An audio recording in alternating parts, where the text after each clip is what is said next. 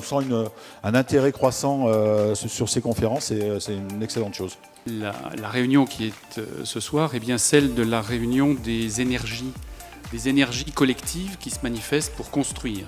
Des services de prescription, de e-prescription, bref, il n'y aurait plus d'ordonnance, tout ça serait dématérialisé, tout ça dans un objectif quand même d'efficacité, mais dans une garantie éthique et de sécurité. Bref, il faudrait que ça soit complètement transparent pour nous, pour que ça fluidifie et que ça améliore et que ça libère du temps pour l'humain, et c'est ça l'objectif.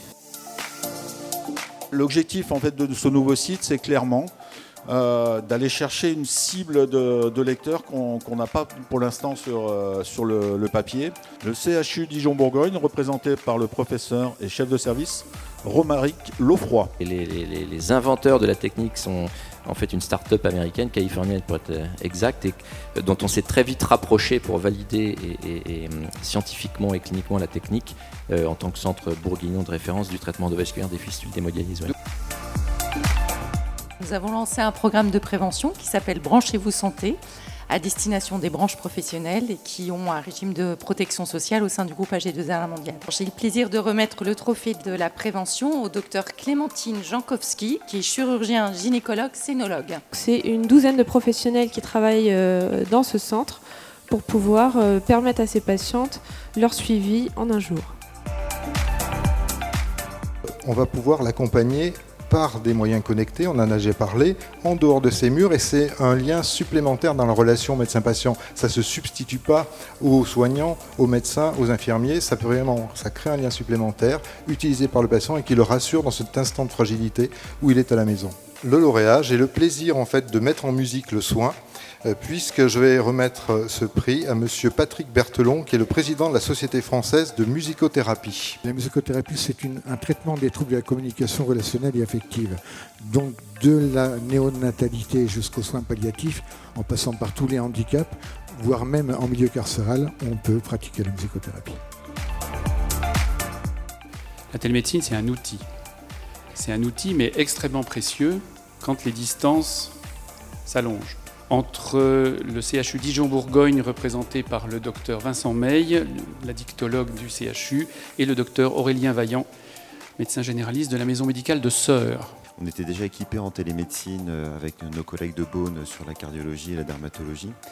La dictologie, comme l'endocrinologie, néphrologie, rhumatologie qu'on a développé par la suite avec le CHU de Dijon, est venue naturellement et a pu permettre d'optimiser le matériel qui était déjà existant. L'expérience qu'on a pu avoir ensemble, le retour des patients, le retour qu'on a bilatéral aussi entre nous, c'est que c'est profondément positif. BFCare est vraiment un lieu de rencontre où les gens peuvent venir discuter et puis parler de l'avenir, parler de projets communs. Cette capacité à travailler ensemble, je pense que c'est aussi un très bon outil pour convaincre des talents de venir de l'extérieur. Il faut se forcer à se rencontrer.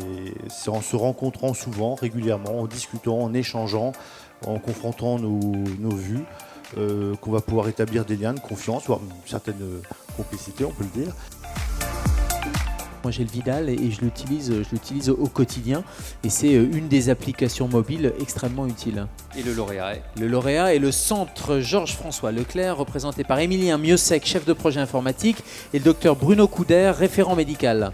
C'est de prendre en charge le patient au-delà du centre Georges-François Leclerc et de le prendre et de l'accompagner à domicile. Et avec une telle application, ça va permettre aux patients de donner des nouvelles au CGFL et de pouvoir anticiper la prise en charge. Donc le patient répond dans le programme que nous avons mis en place une fois par semaine, mais il y a possibilité de déclencher un nouveau questionnaire lorsqu'il en a besoin et il a également la possibilité de demander au travers de l'application qu'on l'appelle. Quand on est devant une difficulté, devant un problème, il suffit souvent simplement de faire le premier pas entre des libéraux, entre des hospitaliers ou autres. Et quand on fait le premier pas, qu'il y a un deuxième, qu'il y a un troisième, et c'est très emblématique, je crois, de ceux qui vont recevoir ce prix, c'est remis au centre hospitalier d'Auxonne, représenté par Caroline André, directrice déléguée du centre hospitalier d'Auxonne. On espère que dans l'avenir, il y aura comme ça une relation plus importante entre l'hôpital, les médecins de ville et pourquoi pas les médecins retraités. Les liens avec la médecine de ville étaient quasiment inexistants jusqu'à ce que ce cabinet médical ouvre. Il y a eu une véritable dynamique territoriale autour de ce projet qui va se poursuivre puisque c'est un cabinet médical éphémère, donc comme le docteur Hébrard l'a souligné, qui a vocation à fermer dès lors qu'il y aura l'installation de nouveaux praticiens. Le public est venu, était au rendez-vous, effectivement, très attentif. Et puis aussi, il a participé, puisqu'il était invité à chaque fin d'intervention à poser des questions, et c'était le cas systématiquement. Et, les Loupiots de Guigonne, le centre hospitalier des hospices civils de Beaune, qui est représenté par Madame Amélie Doublot, auxiliaire de puériculture. Quand on voit maintenant son enfant partir au bloc opératoire avec le sourire aux lèvres et puis en fait être pressé de partir, c'est même étonnant pour les parents du coup de pouvoir assister à ça. Le temps de l'hospitalocentrisme est désormais révolu. On souhaite également amplifier notre performance en matière ambulatoire puisque nous sommes l'un des meilleurs CHU en France en la matière. Le lauréat est l'EPS des nutrition et obésité représenté par le docteur Cyril Gauthier, médecin nutritionniste. C'est dans ce dispositif que s'inscrit Imnoline, qui est cette plateforme d'éducation thérapeutique, de pédagogie dématérialisée. l'e-santé, là, peut nous aider à avoir des outils pédagogiques de formation de patients pour que le patient devienne vraiment patient éducateur, patient acteur de sa santé.